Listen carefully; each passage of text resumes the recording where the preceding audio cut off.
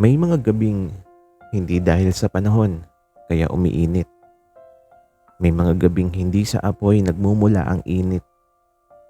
May mga gabing nagsisimula sa tingin at nagtatapos sa hindi mo na matago. Umagang umaga pa lang, sumasayaw na sa init ang balat ko. Kung hindi lang ako masipag na apo ni Nanang Linda, hindi ako lalabas ng bahay. Pero syempre, ako si Sam. Bida sa sariling buhay, tagadala ng tabo sa poso, tagapunas ng pawis habang dinidinig ang tsismis sa barangay. Pero may isang mas malaking dahilan kung bakit parang mas matindi ang init ngayon. Si Lito. Kapitbahay naming moreno na may killer jawline, may dimples na parang hukay ng mangga at may mga braso na parang nililok ng sinaunang mangingisda ng Paway Lake. Sa Ilocos, mainit talaga ang panahon. Pero swear, pag si Lito lumalapit, iba. Literal na pag-init ng sitwasyon. Kabsat, patulong naman ako sa pagbubuhat nito. Sabi niya, habang may pasan na sako ng palay. Yung pawis niya tumutulo sa leeg pababa sa t-shirt niyang, nako, yakap-yakap na yung bawat muscle. Ako, kunwari chill, pero sa loob ko, may iba akong nararamdaman kapag nakikita ko siyang pinagpapawisan.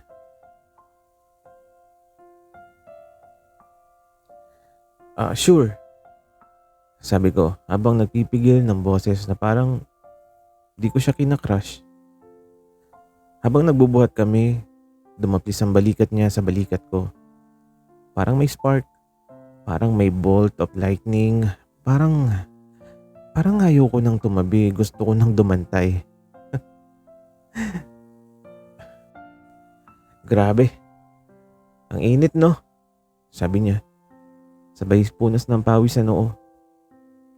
Napangiti ako. Sabi ko naman, mainit nga. Pero sa isip ko, mainit kasi ikaw yung katabi ko, Lito. Natahimik kami saglit, may something sa hangin at hindi lang amoy ng bagnet na niluluto ni Aling Nena sa kanto. Bigla siyang tumingin sa akin, yung titig na parang may gustong sabihin pero hindi kayang bitawan ng labi. At eto tinawag niya ako at napatingin ako sa kanya. Sam, wika niya. Ha? Bakit? Wala lang, ingat ka mamaya ha, mainit. At eto natawa ako, sabay tapik sa braso niya na super solid at legit. Mas mainit sa'yo, banat ko. Nanlaki yung mata niya. Ako rin, nabigla sa binitiwan ko. Pero imbes na maasiwa, natawa siya. Yung malutong, yung totoong tawa. Yung tawang parang, Uy Sam, napapansin na kita. Parang ganun. At doon nagsimula yung kilig, yung totoong kilig. Yung hindi galing sa electric fan, kundi galing sa puso. Sa gabing yon habang nakahiga ako at nakatingin sa bubong na yero, hindi na init ng panahon ang iniisip ko, kundi ang tanong na, mainit ba ang gabi o mainit si Lito sa akin? Kinabukasan, hindi pa man sumisikat ang haring araw. Gising na ako.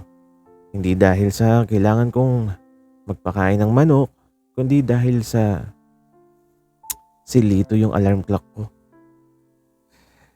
Na tumutugtog sa utak ko at sa puso ko. Paglabas ko ng bahay, tumama agad sa mukha ko ang hangin ng Ilocos. Maalat, presko, at may halong amoy ng dagat at amor seko. Pero hindi yun yung nagpabilis ng tibok ng puso ko, kundi yung taong nakaupo sa bakod namin. May hawak na bugkos ng mangga at may ngiting parang sinabuyan ng suntan lotion, ang haring araw. Si Lito. Para sa'yo, sabi niya sabay abot ng manggang hilaw at na bagong pitas. Teka, bakit may pamangga ka? Tanong ko, kunwari nagtataka pero sa loob ko, naku Lord, ito na ba yun? At ang sagot niya, sabay iwas ng tingin, wala lang. Pero alam niyo, yung iwas ng tingin na halatang may tinatago. Oo, ganun. Tahimik pa kami pareho pero yung silence namin maingay. Sam, gabi pala may inuman kina June sa tabing dagat. Sama ka? Wika niya. Nagkunwari ako nag-iisip kahit sa totoo. Committed na ako bago pa niya itanong. At ang sabi ko, sige ba? Sabay ngiti. At doon lumawak ng isang dangkal ang ngiti niya. Sa gabi, sa baybayin, mahina ang alon, nakahilera ang mga bote ng serbesa. Nag-iihaw si June ng isda habang kami naman nakaupo sa banig na nakapwesto malapit sa mini bonfire. Nakatingin ako sa dagat, pero ramdam ko na may nakatingin sa akin. Paglingon ko, tama nga ako, si Lito. Hindi umiwas, hindi nahiyang mahuli. Tumitig lang siya na parang sini ang view at ako ang bida. Bakit? Tanong ko sabay kagat sa inihaw. Wala siyang sagot, ngumiti lang siya. Sam, masaya ka bang nandito ka? Tanong niya. Bigla, walang babala. Masaya ako, sagot ko naman. Tumango siya, tapos sabi niya, mas masaya ako. Tumilapon kaagad ang puso ko, parang palos na bigla na lang tumalon sa net. At sa halimuyak ng alak at mga banat na hindi inaasahan, Sam. Oh, bakit? Kapag bumainit ang gabi, ibig sabihin ba mas worth it na kasama ang tao? Tanong niya. Naningkit ang mata ko. Parang may level up na usapan. Siguro, kung yung kasama mo, siya yung dahilan ng init. Sabi ko. Natameme siya. At ako rin. Tapos sabay kaming natawa. Yung awkward pero masarap na tawa na may kasamang, anong sinabi natin na moment. Lasing ka na yata. Biro ko. Hindi ako lasing. Sagot niya sabay turo sa dibdib niya. Gising na gising nga eh. Wika pa niya. Hindi ko alam kung ano yung mas mainit. Yung apoy sa harap namin, yung Ilocos summer, o yung titig niya na parang may aminan na gustong mangyari. Habang pauwi, naglalakad kami sa ilalim ng buwan. Walang ilaw sa daan pero hindi madilim kasi yung moonlight parang spotlight at kami parang nasa eksenang sinulat ng tadhana. Sam, tawag niya sa huling beses bago kami maghiwalay sa kanto. Huminga siya ng malalim at sabi pa niya, salamat sa gabi. Ngumiti naman ako, sabi ko, salamat din. At habang naglalakad siya paalis, bigla siyang lumingon tapos sumigaw. Mainit ang gabi, pero mas mainit kung kasama ka. Natulala ako. Siya tumawa at tumakbo pa uwi. Ako naiwan doon. May hawak na dibdib na parang gustong kumawala. Dahil sa gabing yon, isang bagay ang sigurado ko. Hindi na ako takot sa init. Ang kinakatakot ko, baka masunog ako nang hindi ako handa. Kung may award sa pinaka destructible na routine simula nung nakilala si Lito, ako yung panalo. Dati sa pagising ko, manok, kape, poso. Ngayon, Lito, Lito, Lito. Ganun nakabuo yung epekto niya sa sistema ko. Maaga ako naglalakad papunta sa tindahan ni Manang Presi para bumili ng tinapay.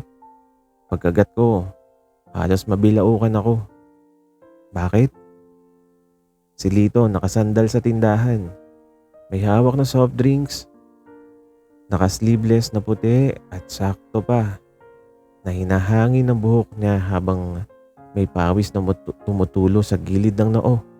Papunta sa leeg niyang nako. Literal akong napalunok. Anong tinitingnan mo, Sam? Tanong niya. Tapos kinagat yung straw habang nakangisi. Wala. Mainit kasi. Sabay iwas ng tingin ko. At itong ngumiti siya, sabi niya, talaga? O ako yung mainit? Nanigas ako sa kinatatayuan ko. At bago ko pa maisip ang isasagot, tumawa na siya. Hayop to, walang preno yung banatan. Pero kung makapula ng pisngi ko, parang ako yung mali.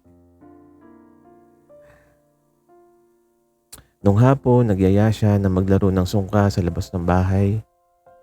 Usong-uso yun sa amin, lalo na kapag brownout. Pero hindi naman brownout nung araw na yun. Halata namang dahilan lang. Unang laro, talo ako. Pangalawa, talo ulit. Pangatlo, parang nananalo ako pero hinayaan niya lang. Tuso ka? Sabi ko. Hindi. Distraction ka lang eh. Sagot niya sabay tingin diretso sa akin. Napahinto ako ng andaliri ko sa paggalaw ng shells. Anong ibig mo sabihin? Tanong ko kunwari hindi ko gets. Ngumiti siya, yung ngiti na hindi funny, hindi charming, kundi totoo. Wala. Na-move mo na eh. At eto umiwas siya. At doon ko na-realize, hindi lang ako ang apektado. Hindi lang ako ang kinakabahan. Hindi lang ako ang natutunaw. Gabi na naman. Pauwi na ako galing turo sa pamangkin kong si Kulit. Oo, pangalan niya talaga yun. Sakto namang nakita ko si Lito na nagwawalis sa tapat nila. Nag-angat siya ng tingin. At doon na naman yung titig na parang may katumbas na salita pero hindi pa sinasabi. Sam, tawag niya sa akin. Tapos ito lumapit siya, dala yung walis at nakatayo na siya sa harap ko. Bakit parang iniiwasan mo ako? Tanong niya sa akin. Parang may bumuhos na cool water sa likod ko. Ha? Hindi naman. Wika ako sabay defensive laugh. Lumapit pa siya ng isang hakbang. Yung space namin wala na. Yung hangin parang pinipigil. Yung puso ko, ayun, nag-iingay. Kung hindi mo ko iniiwasan, bakit parang lagi kang tumatakbo pag tumitingin ako? At eto, tumingin ako sa kanya ng diretso, walang halong biro. Shoot ah. Parang gusto kong mag-assume pero bawal muna. Parang gusto kong umamin pero hindi pa pwede. Parang gusto kong sumigaw pero baka marinig ng buong barangay. Kaya ang nasabi ko lang, baka mabilis lang talaga akong maglakad. Wika ako. Eto, naging tahimik tapos umalakak siya, yung tipong pati aso natawa rin. Ay, grabe ka. Sabi niya habang nangingiti, sabay ginulo yung buhok ko. At sa pagdampi ng kamay niya sa ulo ko, hindi ako nakagalaw. Hindi dahil nagyelo ako, kundi dahil doon ako pinakakalmado. Bago kami maghiwalay, sabi niya, Sam, bukas may aayusin ako sa likod ng bahay. Pwede ka bang tumulong? Pwede naman, sagot ko. Ngumiti siya. Hindi makulit, hindi mapang-asar. Mahina lang. Pero sapat na para maramdaman ko na may nangyayari, may nabubuo.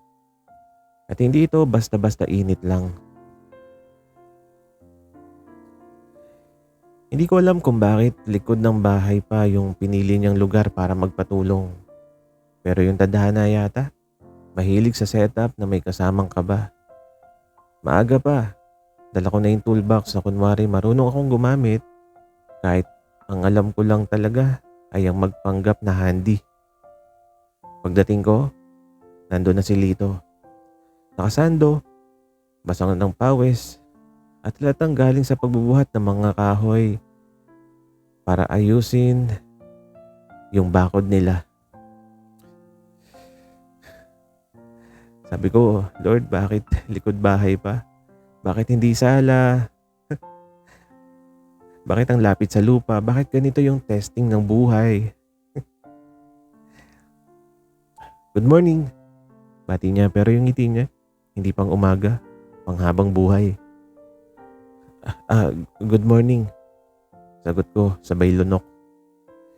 Nilapag niya yung martilyo at tinapik yung kahoy sa tabi. Tulungan mo akong hawakan to habang pinapako ko. Tumango ako. Niyakap ko yung kahoy para steady. Tapos siya naman nasa tapat ko. Nakayuko, pinupukpok ang pako. Hindi ko alam kung yung tunog ba ng martilyo ang naririnig ko o yung tibok ng puso ko na mas maingi pa sa pukpok niya. Biglang umikot ang mata niya pataas. Sakto sa mata ko. Yung tingin niya parang may dagdag na dialogue na hindi ko marinig pero gets ng puso ko. Sam, tawag niya. Malapit ang boses. Pwede bang huwag ka munang huminga? Wika niya. Ha? Oo, bakit? Wika ko naman. Kasi ginugulo mo yung ritmo ng puso ko eh. Wika niya. At ayun, hindi na martilyo yun. Ako na yun, bagsak.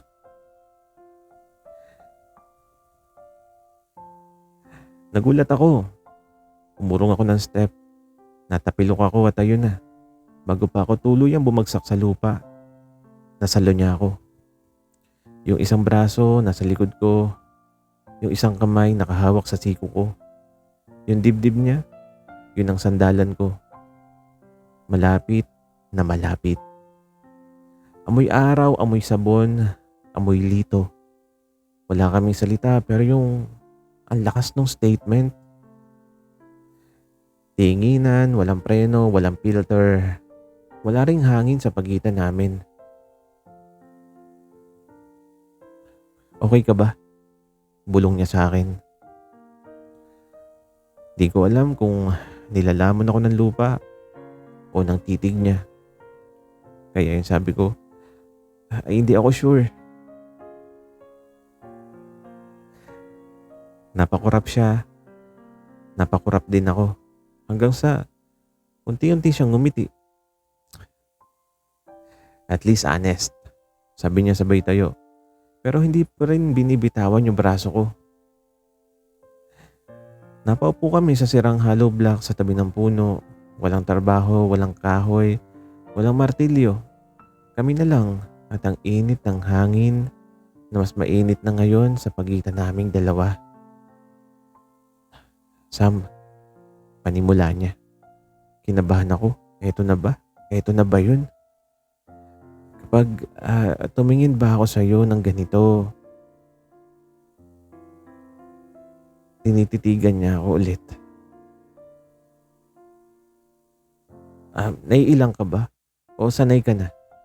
Wika niya. Ang layo ng tanong niya pero ang lapit ng patama. Ngumiti ako hindi para magtago kundi para umamin ng hindi nagsasalita. Kung naiilang ako, hindi na ako babalik. Sagot ko. Naging tahimik sa paligid tapos tumango siya na parang may na-confirm na panalo. Good, sabi niya. Bakit? Tanong ko. Bagya siyang yumuko, ngumiti sa lupa tapos tumingin sa akin ulit. Para hindi sayang yung lakas ng loob ko, wika niya. At doon ako natapos kasi hindi niya naman sinabi yung gustong sabihin pero ramdam ko na. Hindi man niya nilagay sa salita, iginuhit naman sa kilos. Hindi man niya inamin, pinakita naman niya. At minsan, mas malakas ang hindi sinasabi. Lito, tawag ko. Bukas ulit. Sumingkit ang mga mata niya sabay ngisi. At ang sabi niya, hindi bukas, araw-araw. At habang pauwi ako, hindi na init ang araw yung ramdam ko, kundi yung apoy na hindi ko na kayang iwasan. Kasi gusto kong mag-init sa kanya, hindi magtago. Kung dati nagpapanggap akong chill sa presensya ni Lito, ngayon wala na. Sira na yung character development ko. Bold na yung puso ko. Mahiyain pa rin ang bibig ko pero halatang halata na. Gabi na naman at sa Ilocos kapag tahimik ang paligid at kumakanta ang kuliglig, ibig sabihin may moment na namang gustong mangyari ang mundo. Nasa likod kami ng bahay, hindi para sa bakod, hindi para sa kahoy. Nandun kami kasi doon kami laging napunta. May gasera sa tabi, malamlam ang liwanag. May hangin pero hindi na to pang presko. Pangkaba na. Nakaupo kami sa kahoy na blanco. Malapit pero hindi pa sobrang malapit. Sam, tawag niya sa mababang boses. Tingin ka sa akin, wika pa niya. Huminga ako tapos humarap. At doon sa ilalim ng gasera, nakita ko yung Lito na hindi makulit, hindi mapang-asar, kundi seryoso, totoo, at may gustong sabihin. At tanda mo nung sabi ko, mainit ang gabi kapag worth it yung kasama. Tanong niya. At eto tumango ako. Ngayon, iba na yung tanong ko. Wika niya. Napatigil ako ng paghinga. Tahimik yung mundo, parang nag-mute ang paligid. At sabi ko, ano na? Tanong ko na halos pabulong.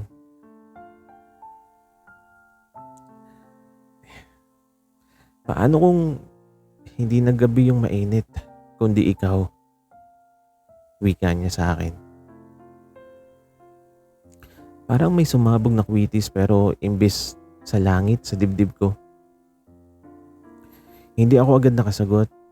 Hindi dahil ayaw ko, kundi dahil baka marinig ng buong Ilocos yung tibok ng puso ko.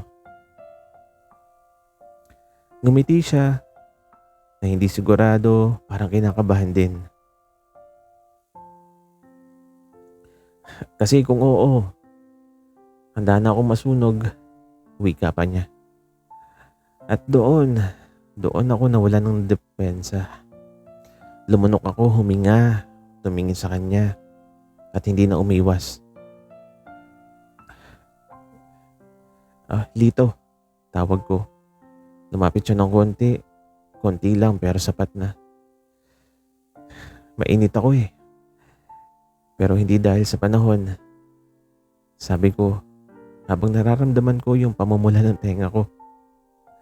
Unti-unting sumila yung ngiti niya. Hindi ngiting may biro, ngiting may tagumpay.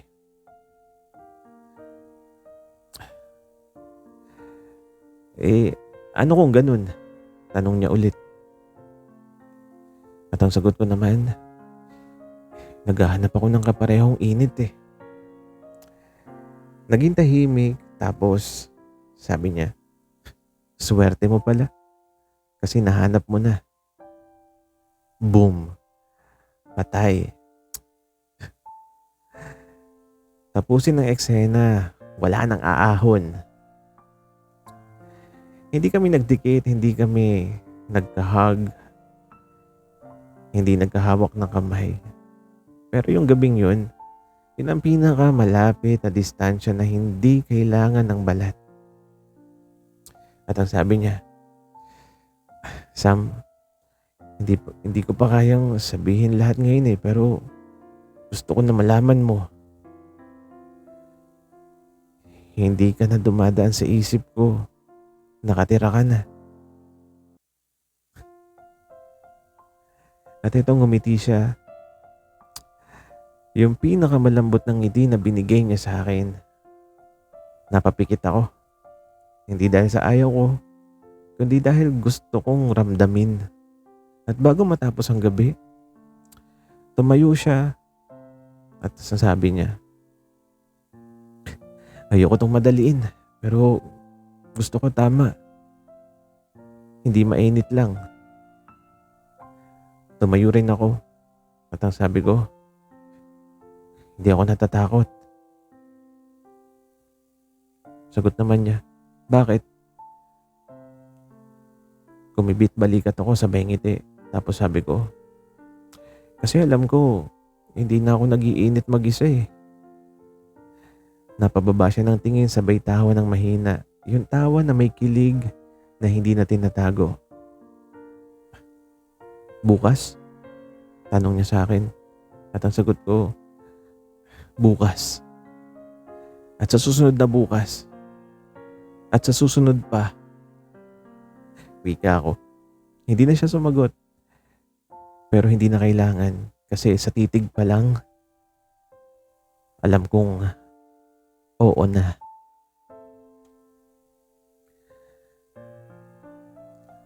Kung merong araw na gusto kong ulitin habang buhay, yun yung araw na hindi na ako naghuhulaan. Yung araw na alam ko na, yung araw na alam na rin niya. Ilang gabi na yung lumipas matapos ang pag-usapan namin sa ilalim ng gasera, pero sa bawat gabi, hindi na mainit. Hindi na nakakapaso, hindi na nakakakaba. Hindi na yung klase ng init na tinatago at kinatatakutan. Ang init ngayon, payapa, sigurado, at may pangalan, Lito.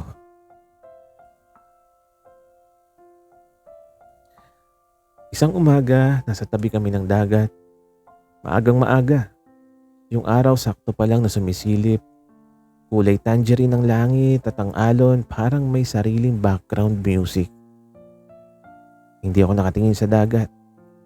Siya ang tinitingnan ko. Bigla siyang tumawa. Ang laki ng dagat. Pero ako pa rin yung view mo. At etong ngumiti ako. At ang sabi ko, mas malawak ka kasi Napailing siya pero kita ko sa ngiti niya, tinamaan siya. Huminga siya ng malalim tapos humarap sa akin. Sam, hindi ako magaling magsalita pero gusto kong maging malinaw to. Gusto kita Hindi yung init lang, hindi yung gabi lang, hindi yung moment lang. Gusto kita kahit umaga na. Wika niya sa akin. At bago pa ako makasagot, tumawa ako. Hindi pang-aasar, hindi pag-iwas, kundi yung tama lang na tawa na wala na talagang takas. Lumapit ako ng isang hakbang at ang sabi ko, Lito, akala ko ba hindi ako tatakbuhan ng araw-araw mo? At ito sumingkit ang mata niya. Sabi niya, hindi, bakit? At ang sagot ko, kasi kung gusto mo ako kahit umaga na, andito pa rin ako, walang atrasan. Gumisi ako, sabay diin sa dibdib ko, gamit ang daliri ko. Nanahimik siya, yung klase ng tahimik na may bumubuo. Tapos bigla siyang tumawa.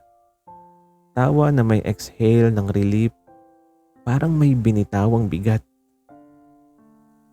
At ang tanong niya, so, tayo na. Sumandal ako, nagpa-cute sabay taas ng kilay. Parang ganun na nga, sagot ko. Napayes siya ng mahina sabay takip ng bibig. Parang hindi sinasadya pero pinakawalan ng puso.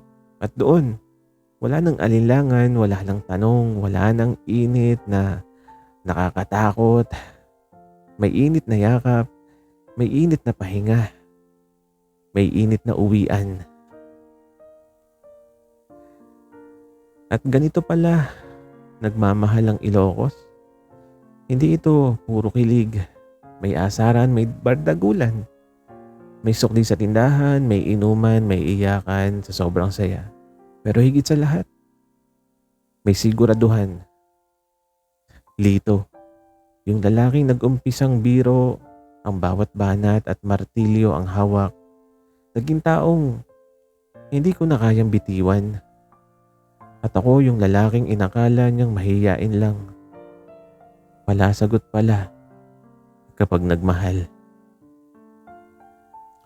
Sa huli, magkaangkas kami sa lumang motor niya. Dumaan kami sa palayan. Nakaakbay ako sa likod niya. Hindi natatakot, hindi nagtatago. Sabi ko habang mahangin, Lito, mainit pa rin ang gabi, no? At ito, sumilip siya sa akin na nakangisi. Sabi niya, hindi na kasi andito ka na. Suminghot ako, sabi ko naman, ang corny. At ang sagot niya, gusto mo naman. At ang sabi ko, oo, gusto ko. At tumawa kami sabay habang ang hangin ng Ilocos ay sumasayaw sa amin na parang sinasabing, tama na, dito na kayo. Hindi lahat ng mainit nakakasunog. May init na nagiging tahanan. May gabing hindi mo kailangan takbuhan dahil yakap na, hindi tanong. At kung may lihim man at tinago sa dilim, hindi yun kasalanan ng gabi, kundi paghahanda lang ng puso para sa umagang hindi ka na nag-iisa. Sana'y nagustuhan nyo ang aming kwento. Maraming salamat sa inyong pakikinig.